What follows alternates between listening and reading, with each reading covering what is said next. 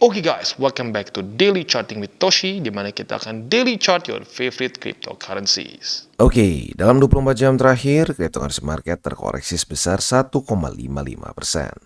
Dengan total market cap mencapai di 1,17 triliun US dollars. Dan kita bisa lihat untuk Bitcoin dominance pada hari ini kembali meningkat sebesar 0,19% dengan volume yang meningkat nggak main-main 44,22%. Dan untuk Bitcoin sendiri kita bisa lihat terjadi koreksi yang lumayan signifikan sebesar 1,29% dan sekarang trading di angka $30 lebih 94 USD ya. Apa penyebab utamanya? Menurut gue pribadi penyebab utamanya adalah data economic calendar kemarin yang tidak sesuai harapan, yang cukup banyak tidak sesuai harapan tepatnya ya. Untuk contohnya kita lihat di sini ya, untuk kayaknya ada yang skip. Untuk FOMC oke lah, itu sesuai harapan lah ya.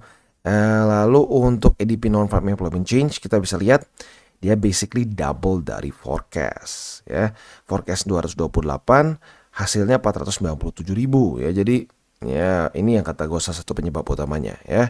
Jauh di atas dari forecast.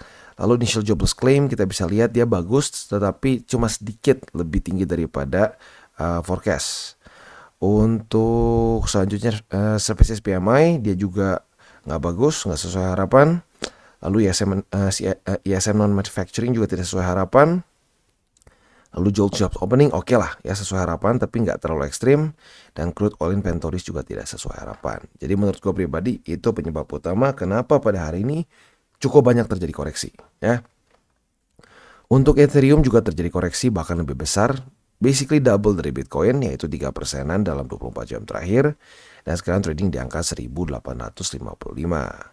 Sementara untuk BNB terjadi koreksi sebesar 2,2% di angka 233. Untuk XRP terjadi koreksi sebesar 1,82% di angka 46 sen. Cardano terjadi koreksi sekitar 1%-an. Lalu untuk Dogecoin terjadi koreksi sebesar 2,27%. Solana malah meningkat lumayan sebesar 3,18% di angka $20 lebih 22 sen. Dan yang terakhir Litecoin terkoreksi signifikan sebesar 6,15%. Oke, jadi kurang lebih seperti itu untuk overview-nya. Selanjutnya kita akan geser ke economic calendar. Tetapi sebelum kita masuk ke sana, kita akan dengar dulu pesan-pesan dari sponsor kita pada hari ini. Oke, today's video is brought to you by Bybit, di mana kita bisa trade berbagai macam cryptocurrency aset dengan cara yang berbeda-beda. Buat kalian yang ingin akumulasi secara spot, tentunya kita bisa lakukan di sini.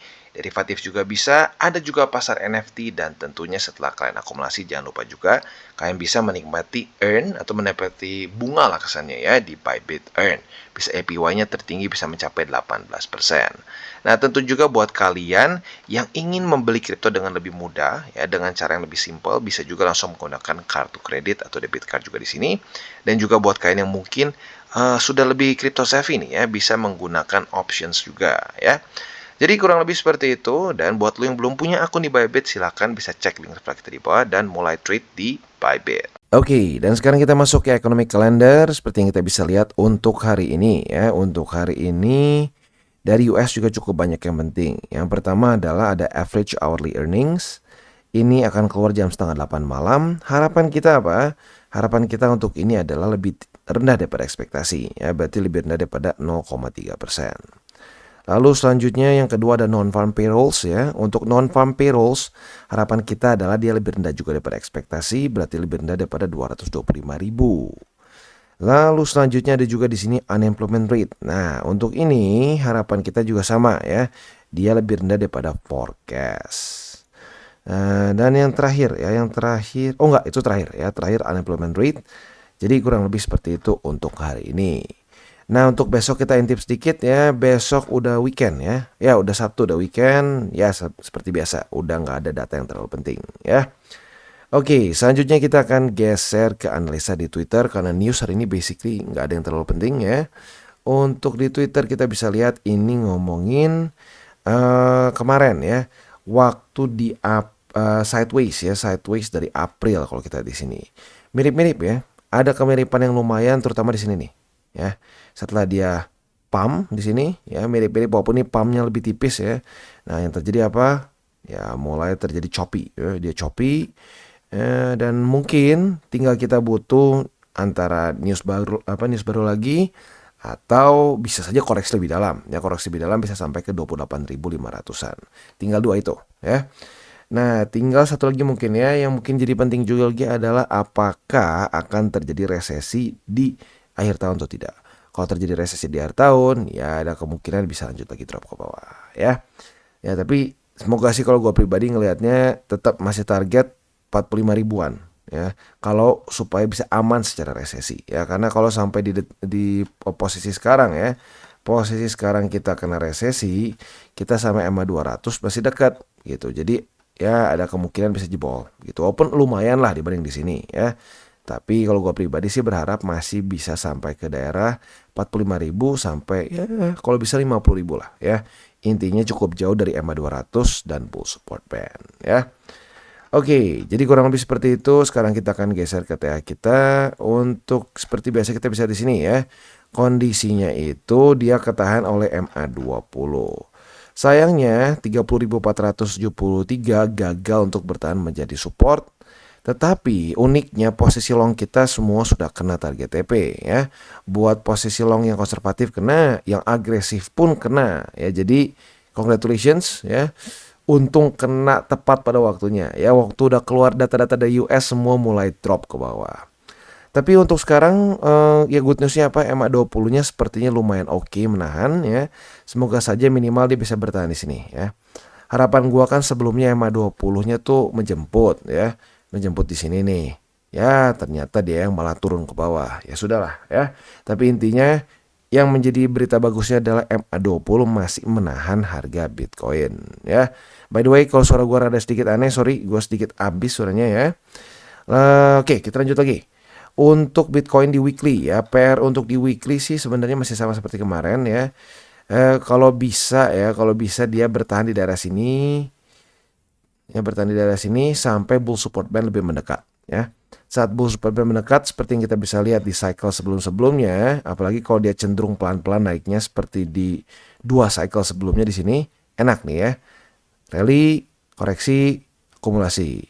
Rally, koreksi, akumulasi. Nah, ini enak banget. Ini menurut gua bull market yang paling ideal ya.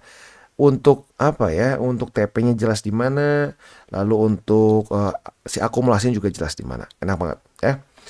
Jadi kurang lebih seperti itu PR untuk Bitcoin. Selanjutnya kita akan geser ke indeks dolar. Untuk indeks dolar sendiri kita bisa lihat ya sebenarnya lumayan oke sih ya. Lumayan oke. Dia daily close sedikit di bawah dari 103,13. Nah, sekarang dia mulai ketemu resisten di sini ya. Mulai ketemu resisten di 103,13. Semoga kena reject lagi dan mulai membuat lower low. Itu harapan gua untuk indeks dolar ya. Jadi kurang lebih seperti itu overallnya untuk hari ini. Selanjutnya kita akan geser ke buy limit. Tetapi sebelum kita masuk ke buy limit, seperti biasa gue akan disclaimer dulu bahwa semua konten dari Toshi Crypto Indonesia ini bukanlah financial advice. Ini semua bentuknya adalah edukasi ya. Lalu bagaimana cara untuk mendukung TCI? Ada banyak caranya. Lo bisa like our video, bisa share our video, atau juga bisa menggunakan link referral di bawah. Dan buat lo nih yang perlu hardware wallet, lo bisa pertimbangkan untuk beli di Encrypt. Karena Encrypt ini adalah authorized reseller dari berbagai macam brand yang ada di sini. SafePal, Ballet, ada juga OneKey, Trezor, dan seterusnya. Ya, jadi lu nggak perlu lagi deg-degan mikirin, aduh, bang, ini si hardware walletnya asli atau enggak, masih diseal atau enggak, compromise atau enggak, ya. Oke, selanjutnya kita akan geser ke buy limit. Oke, dan sekarang kita masuk ke Bitcoin. Untuk posisi spotnya kita bisa lihat buy limit pertama sudah tembus. Buy limit kedua untungnya masih bertahan, yaitu di 29.897 ya. Mungkin lebih tepatnya ketahannya bisa dibilang dua lah ya, bukan cuma sama 29.897 tapi sama MA20 juga. Yang sekarang kita bisa buat lo yang ketinggalan lah kemarin ya, si buy limit keduanya bisa pertimbangkan untuk buy limit di 29.897 atau MA20. Yang selanjutnya adalah di buy limit ketiga di 29.489 ya. Jadi kurang lebih seperti itu untuk posisi spot di Bitcoin. Untuk posisi futuresnya kita sudah lagi-lagi dapat posisi long karena retest 1, retest 2 sudah terjadi di 29.900 lah kalau kita bulatkan ya. Nah, target TP-nya di mana? Target TP-nya adalah di 30.473. Sekarang sudah setengah jalan nih ya, berarti posisi long kita sudah profit setengah jalan ya. Oke, selanjutnya untuk posisi short kita bisa pertimbangkan apabila terjadi retest 1, retest 2 di 30.473. Nah, target TP-nya di mana? Target TP-nya nanti bisa di EMA 20 untuk yang lebih konservatif, dan yang lebih agresif boleh pertimbangkan di 29.900. Oke, dan untuk Ethereum juga untungnya posisi longnya sudah kena target TP duluan, retest 1, retest 2 kena target TP, berarti sudah profit sebesar 1,79%. Walaupun cuma jadi wick tapi tetap kena target TP. Ini dia pentingnya kita pasang target TP ya, jangan serakah. Oke, selanjutnya untuk posisi spotnya ya. Posisi spotnya itu buy limit pertama tembus, buy limit kedua tembus, buy limit ketiga tembus. Jadi kita harus bikin beberapa buy limit baru ya. Buy limit pertama sekarang jadi di EMA 50, buy limit kedua di 1780, dan buy limit ketiga kita di 1705 ya. Itu untuk posisi spot di Ethereum. Untuk posisi futuresnya, retest 1 sudah terjadi di EMA 50. Kita lihat besok apabila daily close jam 7 pagi masih di atas dari EMA 50, kita bisa pertimbangkan untuk besoknya lagi untuk limit posisi long ya. Limit posisi long terjadi retest kedua, kita bisa buka di sini. Target TP konservatif di EMA 20, target TP agresif di 1909 ya. Itu untuk posisi long di Ethereum. Untuk posisi shortnya di EMA 20 sekarang ya. Retest 1, retest 2 di EMA 20 sebagai resisten, kita bisa buka posisi short dengan target TP kita di EMA 50. Dan sekarang kita masuk ke Cardano. Untuk Cardano kita bisa lihat sayangnya buy limit pertama tembus ya. Jadi yang sekarang masih bisa kita pasang adalah buy limit kedua di 26 sen dan buy limit ketiga kita di 25 sen. Itu untuk posisi spotnya di Cardano.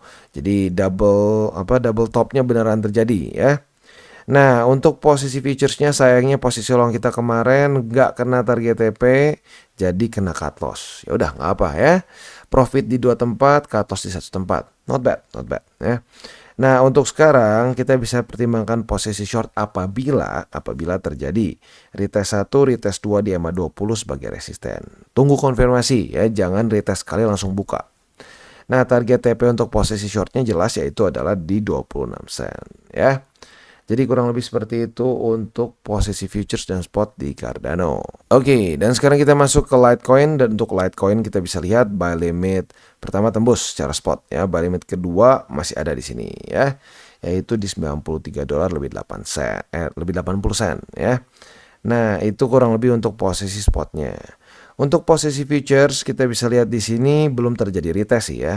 Apabila terjadi retest 1, retest 2 di $93 lebih 80 sen atau bisa juga di EMA 20, kita bisa pertimbangkan untuk buka posisi long dengan target TP kita di 102,05, yaitu untuk posisi spotnya. Untuk posisi longnya ya. Untuk posisi shortnya tinggal kita balik logikanya. Retest 1, retest 2 di 102,08 sebagai resisten. Kita bisa buka posisi short dengan target TP kita di $93 lebih 80 sen ya. Jadi kurang lebih seperti itu untuk posisi spot dan juga futures di Litecoin. Untuk XRP kondisinya mirip-mirip seperti Ethereum dan Bitcoin. Posisi long kita kena target TP walaupun di sini tipis ya. Profitnya nggak gede-gede amat. Lumayan lah ya, 1,35% dalam 24 jam terakhir dapat segitulah, not bad ya. Nah, untuk posisi spotnya artinya buy limit keberapa aja nih? Buy limit pertama tembus, buy limit kedua udah tembus juga. Jadi yang tinggal tersisa adalah buy limit ketiga di 45 sen ya. Jadi kurang lebih seperti itu. Untuk posisi spot di XRP tinggal tersisa di 45 sen.